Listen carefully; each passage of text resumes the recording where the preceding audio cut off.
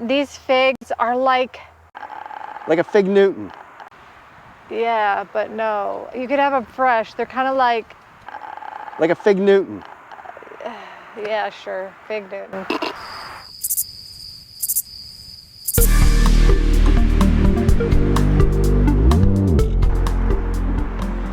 So Jennifer, what are some of the benefits of having your own trees and berries and all this kind of other stuff? It's amazing to go outside and in the morning and see your trees and how they're doing. They'll have blossoms on them and fruit. And the figs, these leaves on these figs, if you've ever seen a fig tree, they're like fuzzy.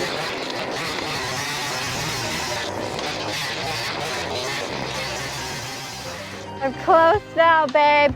Are you getting closer? Yes. I need some Miracle-Gro. I'm still stabbing the ground. Okay. I'm gonna grab it. I got holes to stab. We're kind of like a groundhog, if you think about it. I dug these holes out. Now I'm stabbing. Look at, again, clay. It's crazy.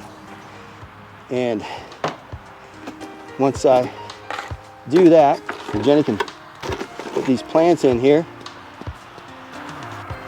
These are my O'Neill blueberries. What's so special about O'Neill blueberries?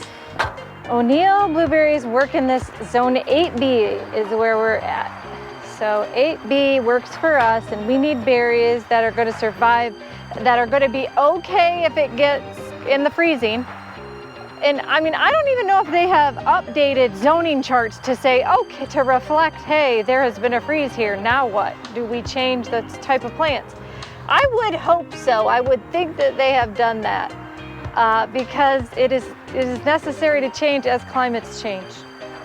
And then, of course, even if you have good soil, you either just have to plant exactly the same type of thing, or you've got to add some things that those plants that you want to grow need. Whether you have to add acid or peat or sand or whatever. When you're growing vegetables and fruit, you're competing with every single insect and animal and worm out there. So you have to sort of inhibit things. Like I'm gonna put cayenne pepper around all of these and sprinkle it down before we go today to keep the dogs away from my new plantings. That's the plan. You don't want them to pee on you? I don't want them going near my bushes, especially while they're little. And I'm just gonna add some of this mixture just to make it a little bit less powdery so it doesn't blow away. That's all I'm doing here. And then, okay, so this is what I call my topper. So yeah, you're making your cake. Isn't it fun? See, look at this. This is that earthworm castings. Jennifer, you don't have time to play in your dirt. I know the sun's going down. Okay, so if you want to stop recording and help me, we'll move fast. That'll be good, Jennifer. Okay. Let's do that. Okay. Wow. Your plants are looking great, Jennifer. I know, it's super exciting. Look at that. I know. So we got 1, 2, 3, 4, 5, 6 in the ground. I know. Raspberries, blueberries, blackberries, any kind of berries basically. Love this mulchy stuff. So awesome. It's going very quickly. Hey look, there's a cricket already saying, hey, hey, what about me? Go, go.